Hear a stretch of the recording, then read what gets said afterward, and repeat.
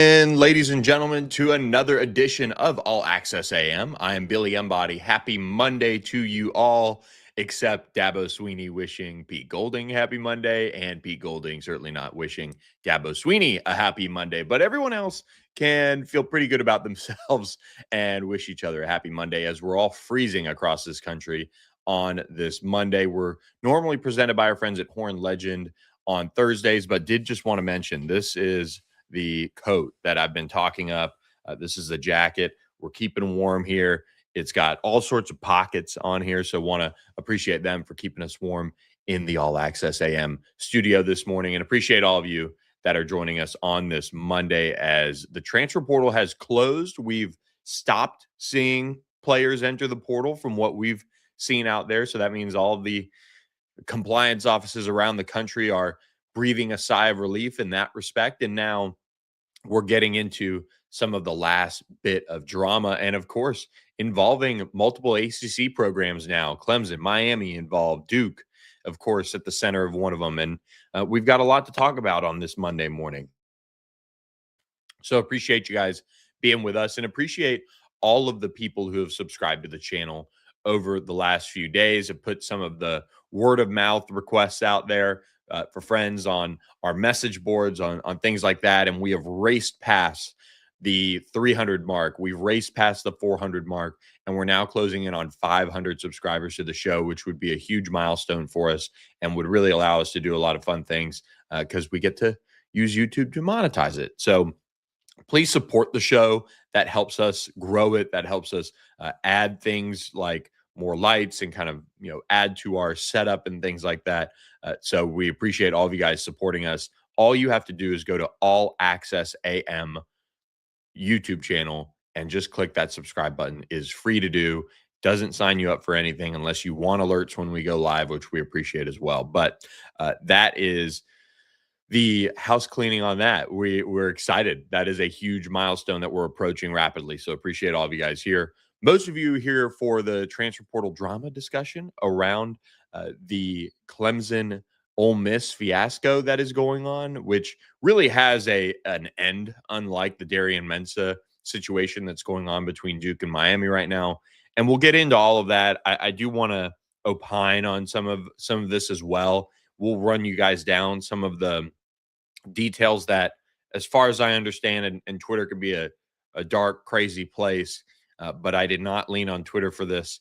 I leaned on our people at Tiger Illustrated, some Ole Miss people that I trust as well out there to, kind of break down where a lot of this is at and kind of hear out Dabo's point on this, which I am, for full disclosure, supportive of coaches doing. I'm supportive of coaches going after other coaches, other programs for tampering, but you better have your house in order if you do. So I do want to say that, and we'll get into some of the drama around that. So appreciate you guys being here on this Monday. The Monday show is presented by our friends at Security National Bank. Security National Bank, they are helping many people around the country manage their personal wealth, their business, their future planning for retirement, all of those things. But they are at heart a family-owned bank, and they can help you with your checking, your savings, your credit cards, health savings accounts, your mortgage, personal loans, and more. So make sure you visit securitynational.bank for more information on how they can help you. Give them a call. A lot of their in-person branches are closed, but online and mobile banking, of course, are available 24/7. But the weather in Dallas is certainly impacting one of their major HQs, but you can still give them a call, 402-344-7300, or toll free 844-SN Bank, SNB 1964, and reach out to people that can help set you up, learn more about what all they can offer you in the banking world. Again, it's a family-owned bank at its core. So expect exceptional customer service and planning for you and your family and all the things in your life that matter on the banking front. So we appreciate Security National Bank and wishing them a happy 2026 and what we hope is a prosperous one as well for the banks, in particular Security National Bank. All right. Clemson versus Ole Miss, the transfer portal drama we didn't really know that we needed, but we got. And when we discussed Luke Ferrelli, Cal linebacker, one of the top young players in the ACC, transferring to Clemson, we thought it was certainly a big pickup for the Tigers. They would have paired him with Sammy Brown. That would have given them one of the top duos in the ACC. He was a top 40 linebacker in the portal. He was the ACC freshman of the year in 2025 as as a redshirt freshman, and became an honorable mention all ACC pick. Pretty good second year on campus after not playing at all at Cal in 2024. Would have been a cornerstone building piece for Tosh Lupoi, which I think is also lost in all of this, of course. But he is now headed to play in Oxford for Ole Miss for Pete Golding, giving them a key linebacker addition for the 2026 season. At that, you would think, okay, wow, just like a recruiting flip, all of those things. But then Dabo Swinney had his press conference. Then the Clemson, I would say, machine got fired up in this direction and got rolling at the behest of Dabo Swinney wanting to go after portal tampering and wanting to set a precedence that you're going to see coaches go after other coaches for tampering. And Dabo Swinney said, I encourage other coaches to turn people in, to talk about it, to hold people accountable. And, I think that is something we need more of in the sport. I think it would help the sport. I don't think there's two pieces here. This type of tampering, this type of roster, uh, just building where you can grab people that have signed contracts and all those things, it is bad for college football. I've said that. I think it's bad for Darian Mensah to have signed a 2-year deal and now Duke be getting pantsed at the last second on their quarterback and him going to Miami in all likelihood. I think it's bad that Dabo Swinney and Clemson said, you know what, we're going to go down this road of transfer portal this, transfer portal that. We're going to make some additions. We're going to use it. And they get Luke Ferrelli. He is in class, which is a huge, huge piece of all of this, and ends up leaving and going to Ole Miss. All of that, I think, is bad. I think the drama around college coaches potentially calling out teams for tampering could be good for the sport until it's eventually eradicated. Right? Like if it's eradicated, we get a net win there. We have contracts, we honor contracts. We could even release players from contracts if it's not working out, and we can pay players a buyout if it's not working out. We can do all those things that are at the professional level because that's pretty much what we're at right now.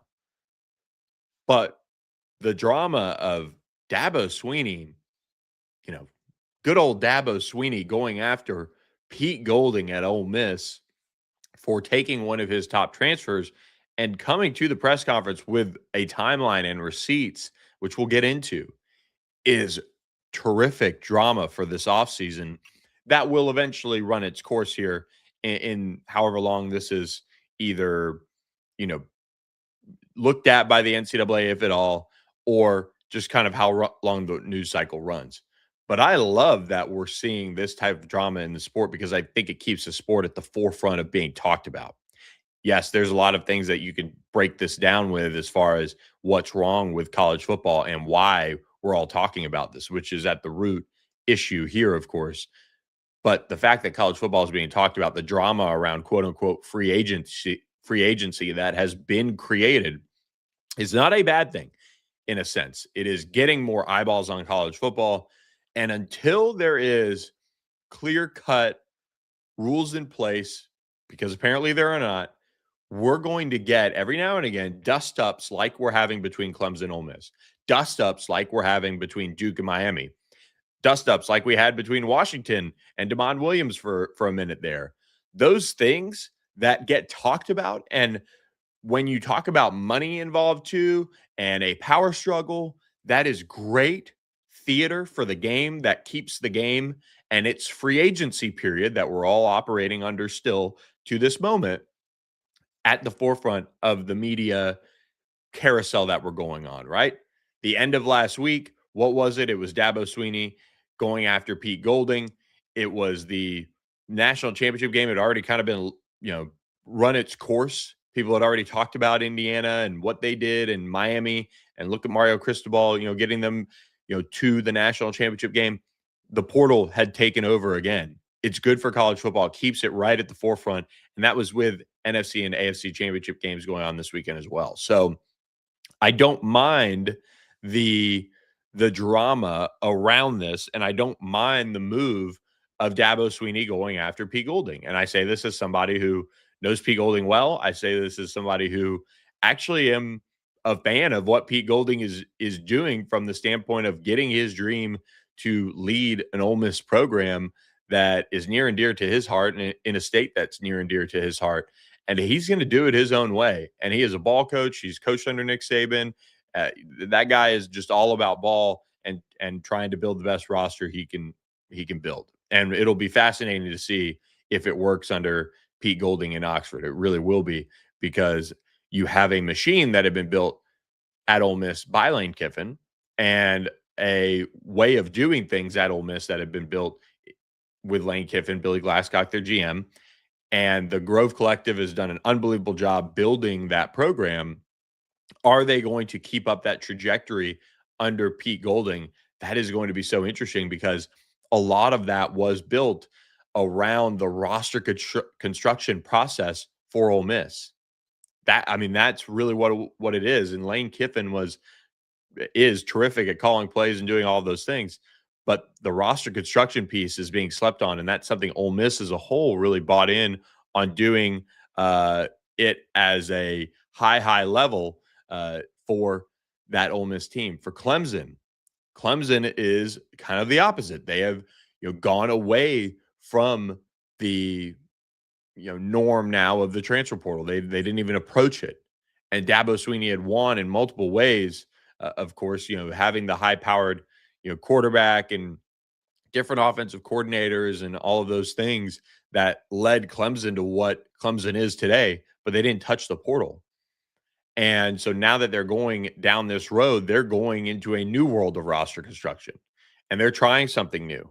And they try it and they assemble a pretty solid class here, because they don't feel like they needed an insane amount of difference making type of players in the portal. They needed to just revamp a little bit on their side of things, and they feel like they did that. And one key piece was Luke Ferrelli, and now he's going to Ole Miss.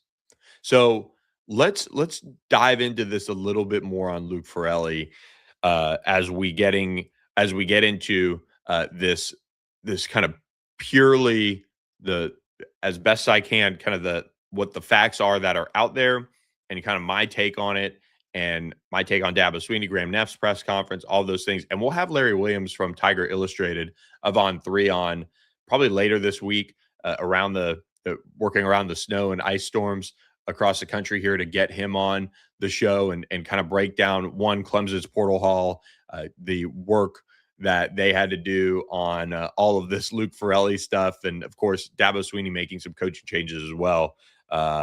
And what that looks like in 2026 for the Tigers as they look to get back on the right side of things right now. Do want to say, and again, our Wednesday show presented by these fine people, but we are getting so many requests and clicks on our OPW Solutions link in our podcast episode description. You can find it here below. Once the show goes live on YouTube and gets posted. But OPW Solutions is our commercial services partner, and one of the things that they do around the country is they do snow and ice control, and they do it at an incredibly high level. And AJ Crow, friend of the show, just popped in the chat here and said we had over 500 stops this weekend. Incredible work. Make sure your company is taken care of at an extremely high level with our friends at OPW Solutions. They will take care of the snow and ice control. It is just incredible stuff, what they are doing across the country to keep people safe, but also take care of people's businesses and all of those things. So visit opwsolutions.com. The link is below. If you need snow and ice control, they will take care of you. Managing just an incredible group there in Texas, Oklahoma, Arkansas, and beyond. So appreciate AJ Crow popping in the chat with the snow and ice update. It is scary stuff out there. So hope everybody is staying safe. Again, Luke Ferrelli headed to Ole Miss now to play linebacker for Pete Golding. That is done. This is where things get interesting. And Ole Miss fans have a gripe with how things went down with Lane Kiffin and tampering and all those things.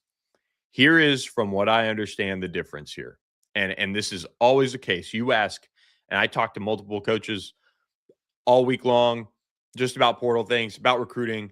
The number one thing a college coach wants, number one thing when recruiting a transfer, is for them to sit in a classroom. Sit down in a classroom and go to class. That means it's done.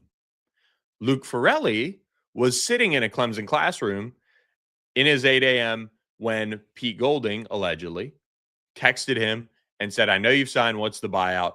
Here's a screenshot of the revenue sharing contract that he offered. That is per Dabo Swinney. That is the root of this.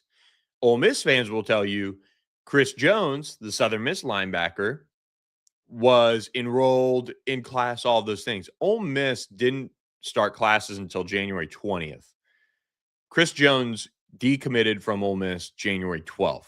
So unless there is some January term that is going on in Oxford that they had him in, which is very, very rare that transfers do that. It's very, very, very rare that transfers do that. He was not in a classroom. He was enrolled at Ole Miss. The big difference there, you had not sat in a classroom yet. So, and I checked on that with a couple of Ole Miss people that I know and got a pretty good indication that that is the difference here in this as we're all watching this unfold. So Chris Jones goes to play for Florida State now. Mike Norvell gets him, kind of does what Pete Golding and Ole Miss did to Clemson. So the Seminoles get a key linebacker, and we talked about him earlier this month and when he committed to FSU on the podcast. And for Ole Miss, they had to get Luke Ferrelli to withdraw, which you're still allowed to do. And at the same time, when you sit in a classroom, that is supposed to signal that you are officially out of the portal, you are officially gone, all of those things. So I do wonder how all of this is going to work out from that perspective, if this is, dove into by the NCAA, by, the powers that be. But so Dabo Swinney and Graham Neff held a press conference, and Chad Morris was there too. He ended up kind of being a side story to it as he was introduced as offense coordinator, and they talked about their plan. We'll break down Clemson again with Larry Williams of Tiger Illustrated later this week. But the violation has been reported to the NCAA per Graham Neff. And I think now we're seeing that process, be something that is going to be watched closely. And the NCAA, I don't think, has a ability anymore to really do much. But we're going to find out if they're going to do something here, because, this is, and if it is as egregious as Dabo Swinney and Graham Neff allege, with Pete Golding texting Luke Ferrelli to come to Ole Miss, leave, all of those things, then this should be some sort of kind of open and shut case. Now, what does that look like from the NCAA side of things? We'd have to see. But with Clemson going after Ole Miss in this aspect, this is, like I said earlier, I think this is good for the sport. I think it would help to see some of these agents that manage these players get their wings clipped just a little bit, some warning shots fired. And look, at the end of the day, and I've watched this, and I saw somebody on the Ole Miss beat that I know, got to know a little bit, post on his podcast that, this is going to deter agents from working with Clemson.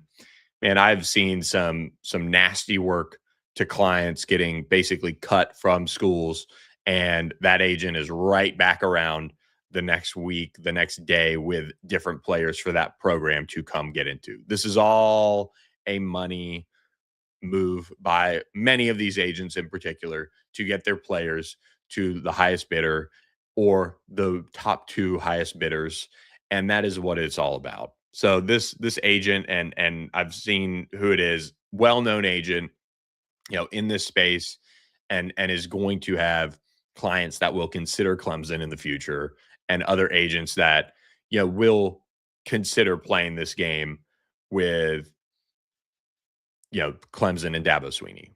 But don't sit in a classroom and then go to Ole Miss. Okay. That's where a lot of these college coaches would just be like, all right, well, cool. I guess we can have them in class for a month until the ad drop date if some universities have it a little bit longer, and they can still leave. So you're still not out of the woods until February, basically.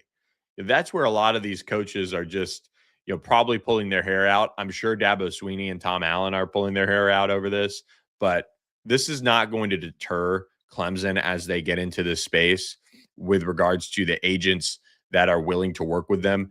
Clemson has money. They spend a lot on their roster. We saw what their roster looked like on paper last year. This is a Clemson program that has money to burn in a big way on their roster in a big way. So Clemson continuing to dive into the transfer portal.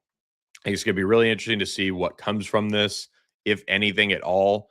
And, I think for me, though, I don't have a problem with coaches and universities and recruiting staffs and general managers and all these things working every single angle to build the roster that they can. But just be ready if now that Dabo Sweeney has fired those shots that you're going to get called out. Maybe it leads to more coaches calling it out, and that will be something to watch. Maybe it changes some behavior, but this is going to be something that I think at least serves as a warning shot. I don't know if we'll see anything come from it with the way the NCAA is these days, not really enforcing much of anything. And that's the world we live in. They're worried about getting sued, just like, college programs don't appear to be worried about getting sued. That's kind of the opposite. But you have a Clemson program that is at least standing up for itself. I don't know what's going to happen from it, but I thought it was a great move for Dabo Sweeney to stand up and say something. I personally don't think that Dabo Sweeney and the Clemson program is living with a clean house. That's just not the world you can live in the transfer portal and have some of the success getting some of the players that they did. But they're probably playing with at least a somewhat clean house. They're just a cleaning lady hasn't come in a week and a half or so, and generally they're not going to be, tapped on the shoulder for anything that they're doing. But Dabo Sweeney has a clean enough house that he felt the need to call this out, and we'll see if it leads to any change. But Ole Miss doing what it should do, just like Miami doing what it should do with Darian Mensah, trying to get him away from Duke at the last second to address a quarterback need, because that's the world we live in. Is there isn't much enforcement, there isn't much consequence around this. So that those were the warning shots. I'll be interested to see if Dabo Sweeney lets this go. We'll have ACC spring meetings, of course, that'll come after Clemson has spring football practice. I would imagine Dabo Sweeney will use his platform to talk about this from time to time over the course of the offseason, because you could tell he wasn't messing around in that press conference as they went after this in a big way publicly with what happened around the Luke Ferrelli to Ole Miss departure. As we get into Duke, Miami, Darian Mensah, do want to remind you guys, we are also presented by our friends at Corporate Magic. Make sure you check out Corporate Magic and what they can bring to the table for your company on an incredible scale, because they are professionals that have been building moments and memories that can last you a lifetime with companies, with brands around the world, whether it's national sales meetings, global broadcasts, streamed events, and production seen by millions. Everyone trusts Corporate Magic to work with their brand and build a event from design, planning, technology, all of those things that keep your audience fully engaged. They can handle it. So visit corporatemagic.com for more information on all the things that they do. You'd be surprised at some of the events that they've worked on across the globe that have really wowed you already, and you just didn't know it. So visit corporatemagic.com and know that big stages demand a partner who knows how to perform when the stakes are high. So we appreciate our friends at Corporate Magic for supporting All Access AM as we move on to the rest of our transfer portal breakdown. Duke and Miami continuing to squabble over Darian Mensah, the Miami future starting quarterback. Is that what we're going to call him? We will see how that plays out. Do want to shout out the chat, David Phelps. Good stuff, Wild Bill. I have no problem supporting you, pal. Thanks, buddy. We appreciate you being here on this Monday. Coming from Stony Smith, brother, this doesn't even need to be a story. Ole Miss had this happen to them last year with Tyler Barron. That wasn't a big story. I don't think there's a problem with the actual move on my end that Ole Miss made. I mean, that's the thing that I think people will get lost in this. There's not really enforcement going on. There's not any of those things that are happening. So if it's not happening, then go build your roster and go build it as aggressively and as just committed as you can be. That's the thing. I think it's fascinating that Dabo Swinney finally called it out and is encouraging other coaches to call it out. And that's going to be where I wonder what we'll see, if anything, whether it be the NCAA investigating, which is a whole nother deal, and you never know what happens with them. But if you do see other coaches start to say things like that, or it gets, kind of blown up because you had Graham Neff there, I'm sure, there's phone calls back and forth on this type of things as well. I know Greg Sankey and Jim Phillips, the two commissioners, were looped in, at least from the Clemson side of things. So again, it's something that pops up. It is not uncommon. The uncommon piece is Dabo Swinney going scorched earth on Ole Miss, and that could be any program. That doesn't have to be a Ole Miss thing. But there's a lot of things that have happened to Ole Miss over the last month and a half, 2 months, that are brutal for a program. Just the way Lane Kiffin was tampering with that roster and that whole thing and how it went down. And there's also, Ole Miss doing its thing and going after players and all of those things that just are, again, legal to do in a sense this time of year. So I just think it's really interesting that Dabo Swinney again kind of went scorched earth here. All right, let's get into the rest of the transfer portal news around the ACC, winding down on the transfer portal front. And there were still some key commitments, though, made. Miami did see a player leave for another ACC school. We'll get to that in a moment. But 2 Miami players did commit to the Hurricanes for the 2026 season. Nebraska defensive lineman Keanu Davis committed to Miami. He spent 2 years with the Nebraska Cornhuskers. Davis played in 25 games over the course of his 2 years. In Lincoln, 42 tackles, 5 tackles for loss, 1.5 sacks, a pass breakup to his career at this point.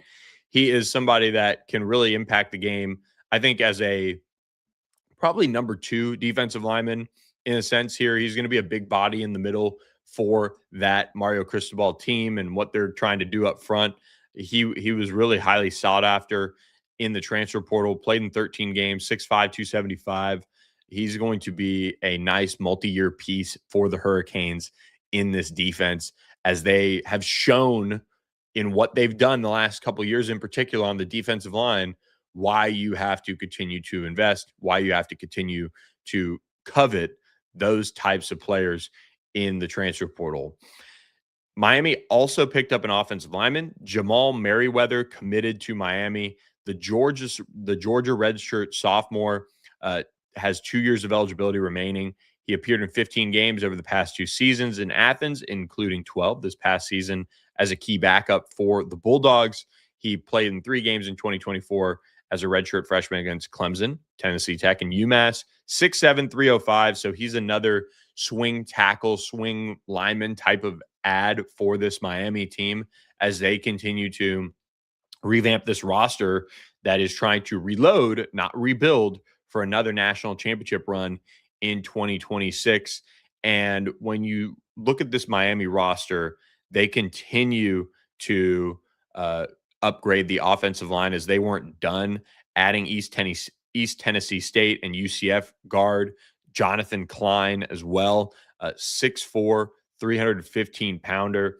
Spent 2 seasons at UCF before heading to East Tennessee State for 2025, and started 2 of 7 games he appeared in. So again, they add depth. They continue to add to the lines and prioritize those positions up front, which is how they built, in a sense, this 2025 Miami Hurricanes team. And I think they're on the right track. They just have to get that major piece, and that's Darian Mensah. Darian Mensah continues to be in the news. Darian Mensah is working towards a kind of finalization of what he can or can't do. They are pushing for this to be moved up. He did file an emergency motion for reconsideration of the temporary restraining order.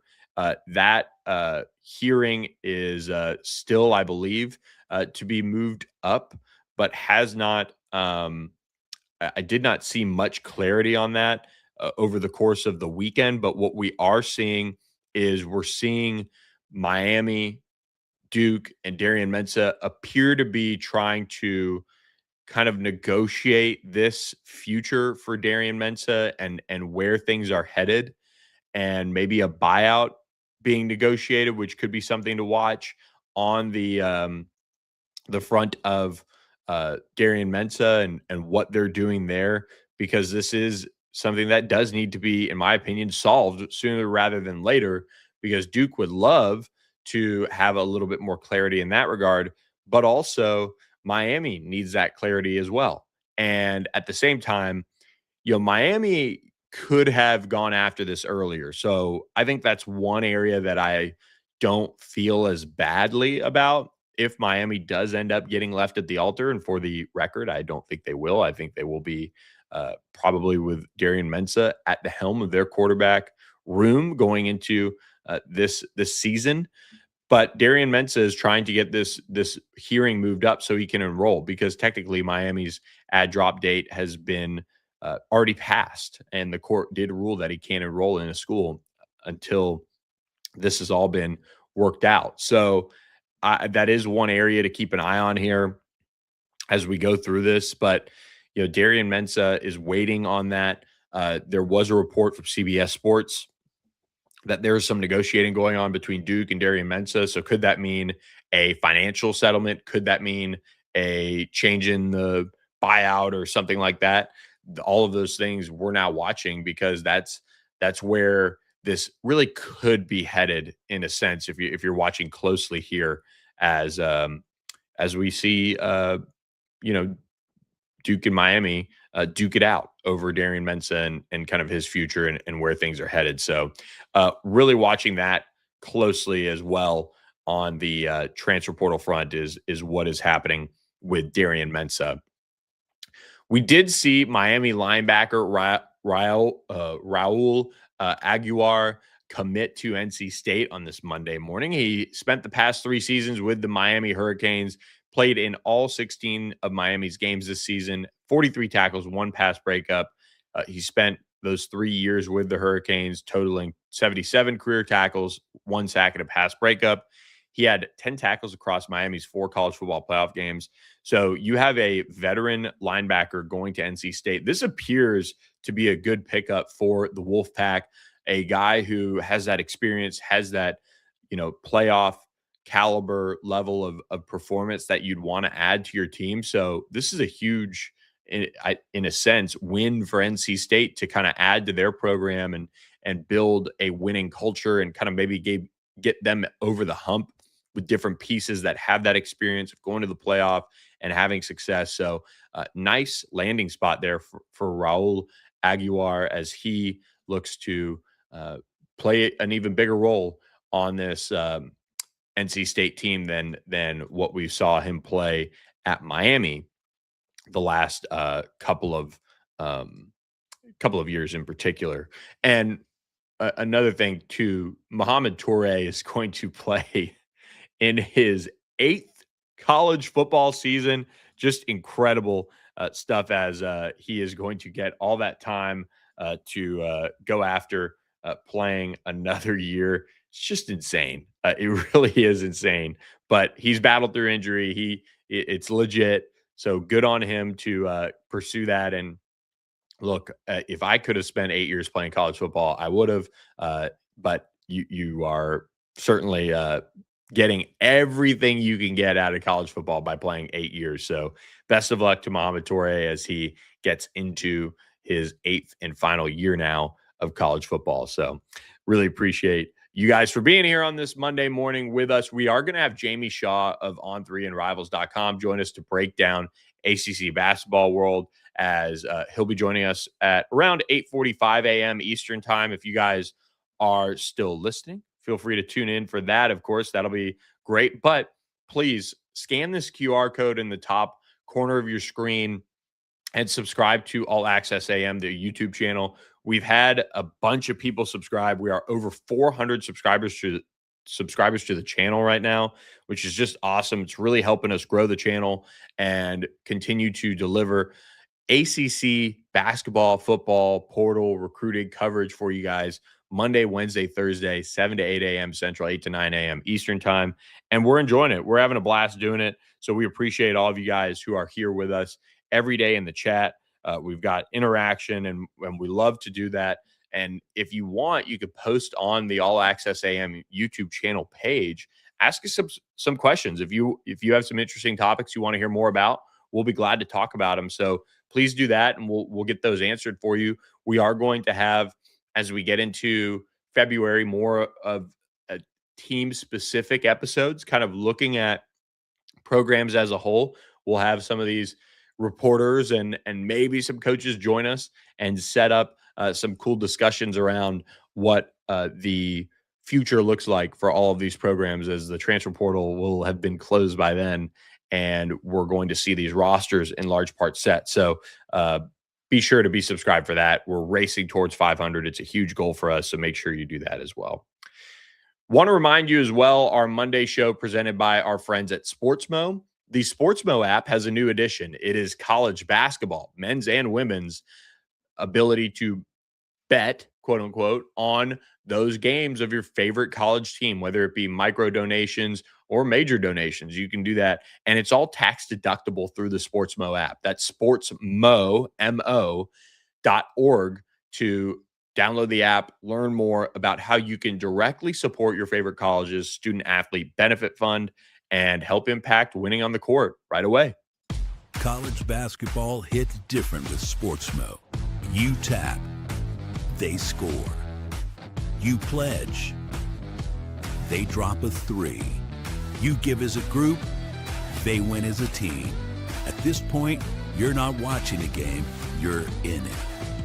Download the app, fund your wallet, and get in the game. Download Sportsmo.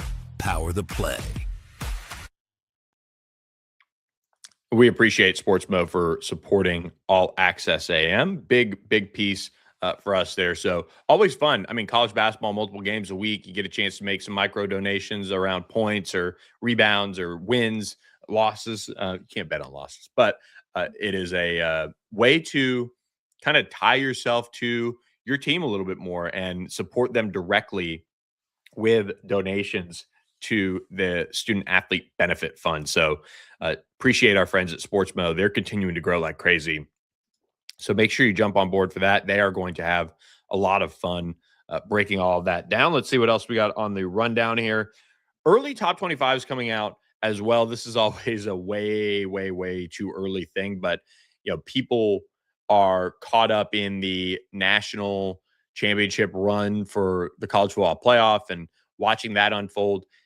A lot of people that do top 25s don't have too much time to watch roster construction and know what roster constructions are being looked at like. And then they turn around the next week or two after the national championship, and all of a sudden are able to rank the top 25 early teams. And it is a fascinating thing to watch unfold, the way you can get certainly caught up in forgetting what just happened in the college football season, and also just going right back to your quote unquote old ways of thinking about the top 25.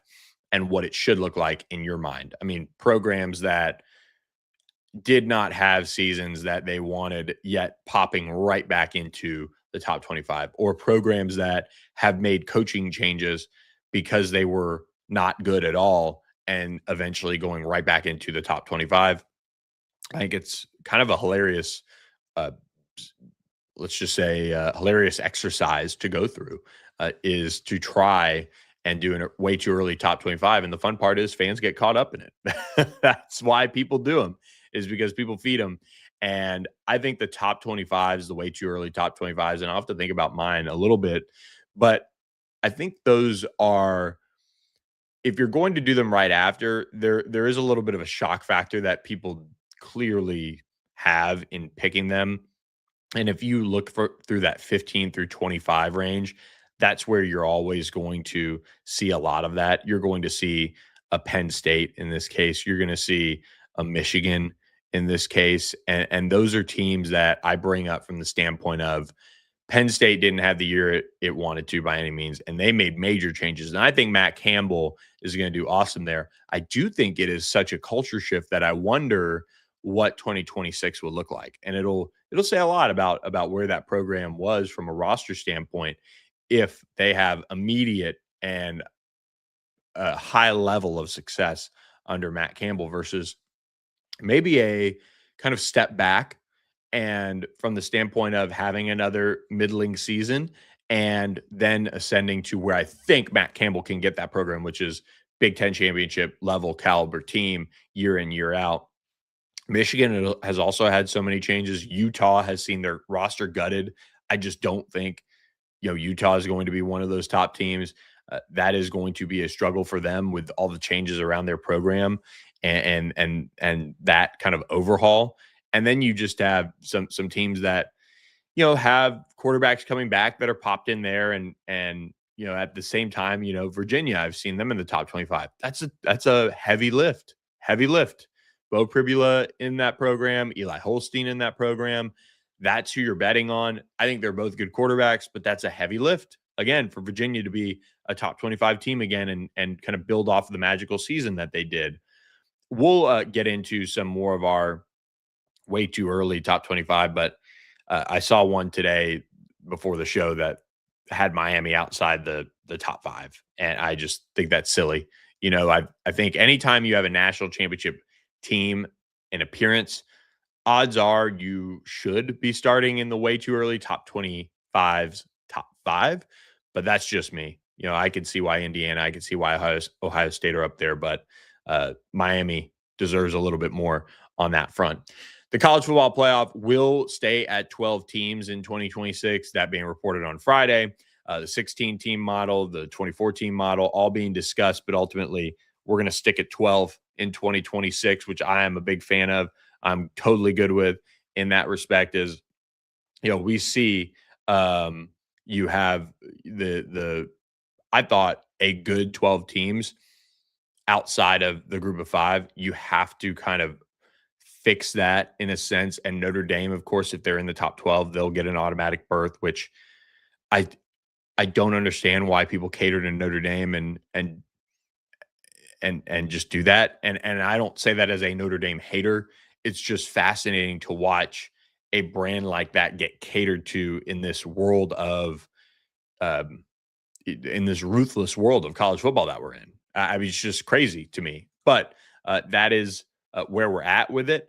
And you do have a Notre Dame team that's going to be included in the top 20, in the top 12 in the college football playoff if they're in the top 12. So that is one tweak that's going to happen this year.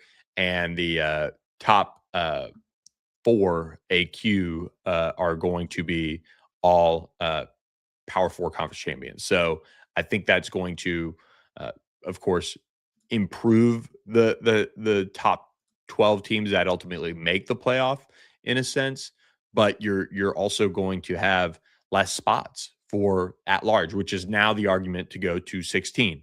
And it's something that will be worked out eventually. I still think we're going to see a 16 team playoff. I think that's the wrong move from the perspective of you're going to see the league kind of watered down a little bit, and or not the league, the playoff watered down a little bit with teams that, yeah, could go on a run and make a national championship game. Like I think Miami was more of a product of the ACC not being a 9-game conference slate and not having an extra conference slate that would have solved so many of their tiebreaker issues. Like, that's not talked about enough with the ACC tiebreaker. Like, when we see the ACC go to, in large part, 9 games next year, you're going to see less of this logjam of teams that really probably aren't that good to get in there. And credit Duke, credit Virginia. They won their bowl games. They did all that. They kind of held up their end of the bargain after appearing in the championship game. But you don't have a really good footing to, push Miami just past all of those teams and pop them in, because the playoff committee, which releases their rankings on Tuesdays, has them in there. I don't think that's the right move. I think that's going to work itself out organically. So Miami was a national championship caliber roster from the get-go. I think some of these teams that, if they went to 16, are just not going to be national championship caliber rosters. And that's where I think 12 is a good thing. I think they've got to figure it out a little bit, just tweak it another year, see what we get out of that. But speaking of national championship, the NCAA national championship for men's basketball, a few months away, but ACC play is heating up. And to break it all down, we do bring in our friend Jamie Shaw from On3 and Rivals. Really excited to have him on once again. Jamie, good morning to you, sir. Hope you're staying warm and staying out of the cold. Yeah, Billy, we are not warm or out of the cold where I'm at. Pretty eventful weekend, obviously. We had about 4 inches of snow, which isn't terrible, but a couple of those inches were ice, which makes it a little bit tricky moving forward. So hopefully we get above that freezing temperature, and it kind of stays there for a couple of days. Yeah, it'd be nice. Thaw out a little bit. Yeah. ACC basketball heating up, of course, and a lot of programs had to deal with some shifting game times. But the action this weekend, pretty good stuff for those of you locked in your house and seeing some ACC basketball. Let's start with probably the biggest game of the weekend, UNC UVA. UNC bounces back, gets a win at Virginia, 85-80. For the Tar Heels, it was getting precarious there. We were starting to watch, see if they were kind of on fraud watch after that West Coast trip. But they bounced back nicely now, back to 4-3 in league play and 16-4 overall with that win over UVA. Yeah, and it was kind of a tale of two halves for UNC too, because this is a big year coming in for Hubert Davis and for the Tar Heels and everything. And you saw them, as you said, drop a couple of them that were questionable coming into this game. And then the first half here, they're just getting punched in the mouth. You saw the 26 rebounds coming from Virginia. Virginia shot over 40% from three in that first half. And North Carolina fought and clawed to get, I think it was within 9 at halftime. But they were just getting out physicaled by this UVA team in the first half. And it was very interesting to kind of watch and see the adjustments that were made after halftime. And when I look at UNC and getting that win, does it feel as big as it looks in a sense, or is Virginia still a team that maybe just kind of started league play hot and they're kind of I don't know, landing a little bit more around where they're at,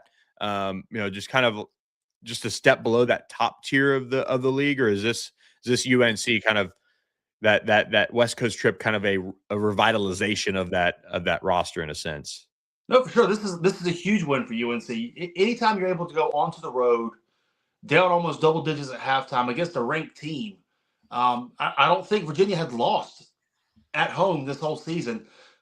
This is a very good win, especially the manner that they did it. They came out in the second half and just punched right back. They shot 63% from the field. Jaren Stevenson goes for 17. You had freshman Derek Dixon, who had a fantastic game taking care of the ball. I think after halftime, UNC only had 1 turnover while shooting over 60% from the field. And then you had your stars, Caleb Wilson and Seth Trimble, kind of close the game out for them. With what they had going on I don't want to say it's a must-win situation, but in a situation where they needed a win to come through and they needed a positive mojo to happen, going into Virginia, a ranked team, taking that win away in the manner that they did, because they took that from Virginia. that was a big win for UNC, and it's going to be interesting to see the momentum that possibly could carry moving forward. UNC and Virginia both kind of getting, I don't want to say bye weeks because there's no days off in the ACC, but Georgia Tech, Syracuse this week for UNC, and then Syracuse getting Notre Dame, BC this week. So kind of a chill week for them. But Clemson did not have a chill week. They lost to NC State earlier in the week, and then they get a bounce back against Georgia Tech. What was your takeaway from Clemson losing at home to Will Wade coming in there earlier that week and just obviously getting back on track this weekend? What you're saying from Clemson is that they have relatively narrow margins for error because a lot of what they do is predicated on the defensive side of the basketball, their ability to hold their opponents, I guess, to less points than they score, as opposed to scoring more points. They're holding their opponents to less points than they score. So the margins are a little bit narrow. So if things can go a little bit left for them, as you saw with the NC State and everything, that's how a game could go for this Clemson team. With that being said, Brad Brownell is a heck of a coach.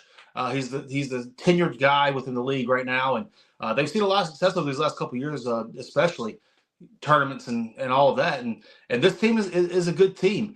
Maybe it doesn't have the star power these past Clemson teams have had, but they figured out something within what they're doing to continue to get wins. And that they've strung off prior to that NC State game, they strung off quite a few wins in a row. And it's still moving forward. They have a very favorable schedule within this ACC.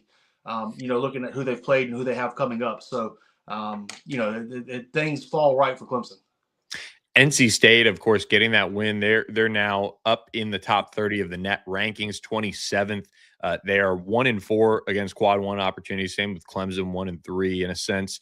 But they've kind of taken care of business. They had that one bad loss. I think it was to Georgia Tech earlier in league play for NC State. But Will Wade's group kind of a little Jekyll and Hyde in a sense. But in league play now, getting that first quad one win was really important. Sometimes you can't make the NCAA tournament when you have 0 quad one wins. They had to get one under their belt to kind of make it seem like a dream that could be potentially achieved. For sure. And this NC State team, it's a little bit unique with what they've done so far in this ACC.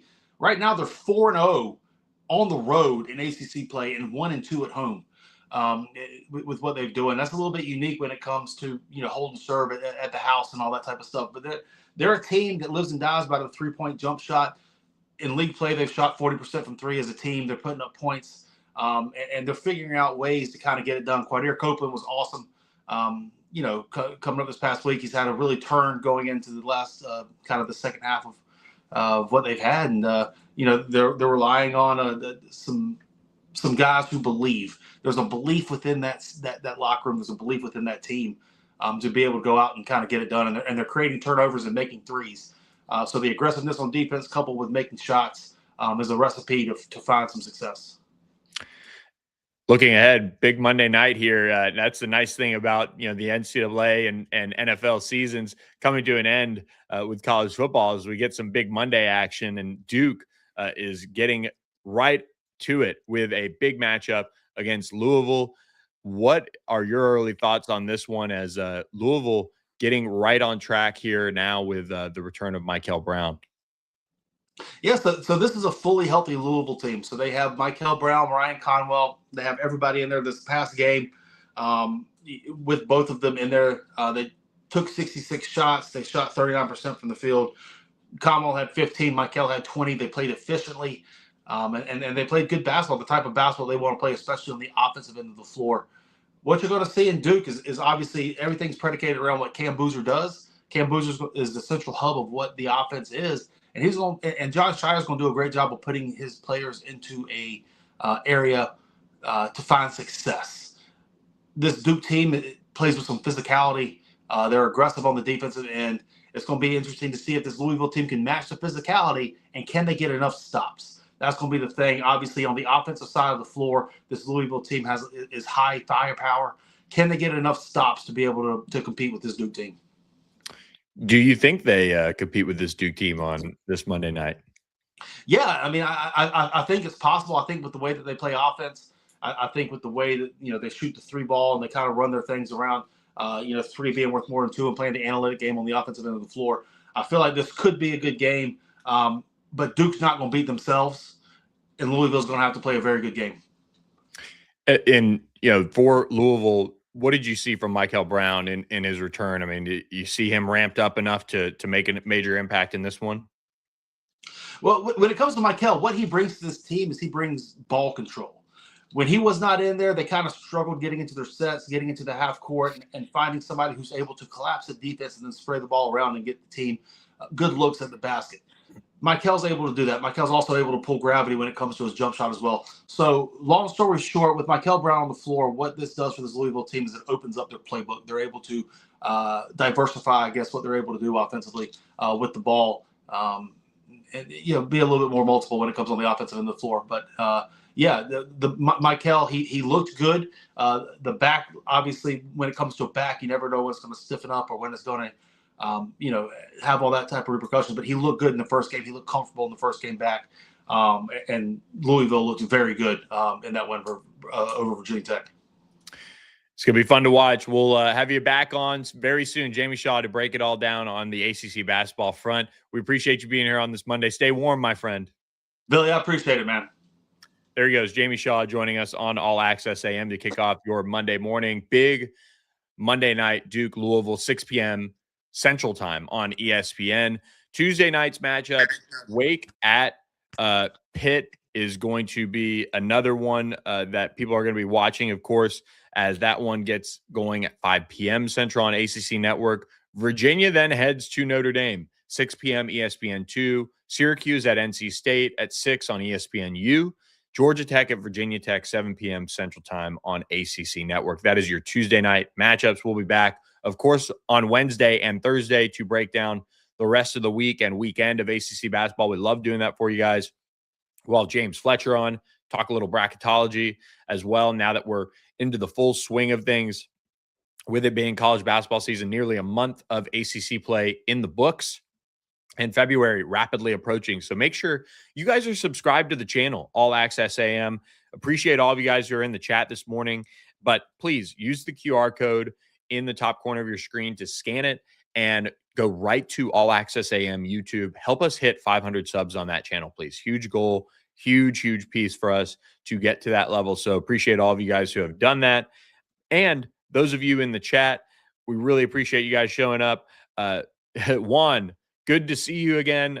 You were with us last week. The ACC is a wacky conference. This is a wacky group of storylines between Duke, Miami, Clemson being involved.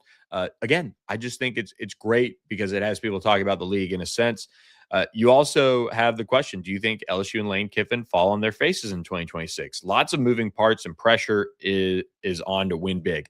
I do not think they fall flat on their faces. I think this is, and again, we talked about the top 25 and building those rosters and trying to get an early feel for it. I am high on Sam Leavitt. I'm not overly high on him being one of the great college quarterbacks, but I do know this. Lane Kiffin's going to put him in position to make a lot of plays in that offense. I think they have just enough at running back to make it a multi-dimensional offense because they've upgraded their offensive line in such a big way compared to last year. They've completely revamped that room. Jordan Seaton, we talked about him in Miami earlier this year on the pod, and what that could look like. Well, Jordan Seaton's going to LSU. They've got a couple of key pieces on the offensive line there. Blake Baker's one of the best defensive coordinators in college football. They have certainly spent a lot of money on this roster. I think it will take him 2 to 3 years. I could see it in the second year being in Atlanta with that roster and the way they build it. It's just, as Lane Kiffin likes to say, it's just kind of different at LSU. And they are really putting them in complete control, which we've seen the result of what Lane Kiffin and Billy Glasscock, the GM, how they run things. And it's different. It is not everyone's cup of tea, but LSU kind of going down the path they've gone down with Brian Kelly and kind of the fall of Ed Ogeron there, that is something that they're willing to try. They're willing to try Lane Kiffin for all of his tweeting and trolling and quirks. He's a really good football coach, good football mind. He's got a great GM. I don't think they fall flat on their faces. I think they get back to 10 wins this year. I just don't know if it's enough to get to Atlanta in year one. But There's going to be tons of intrigue around that team, and there's going to be, I think, a good bit of early success for Lane Kiffin and company. So with that, guys, please support our sponsors. You've got Security National Bank. Go to securitynational.bank. For more, go to corporatemagic.com for more on how they can help your company achieve incredible events. And then, of course, you've got our friends at Sportsmo, sportsmo.org. Download the app and start donating to your favorite college team with micro bets. And of course, AJ Crow, our friend at OPW Solutions, handling snow and ice control for you guys in need right now in Texas, Oklahoma, and Arkansas. Give them a ring today, 214-444-2305. I got it memorized. How about that?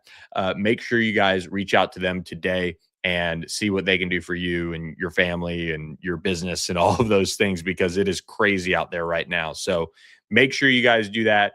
Please, please, please subscribe to All Access AM on YouTube. Help us grow the show. Like, rate, review the show on Apple or Spotify as well.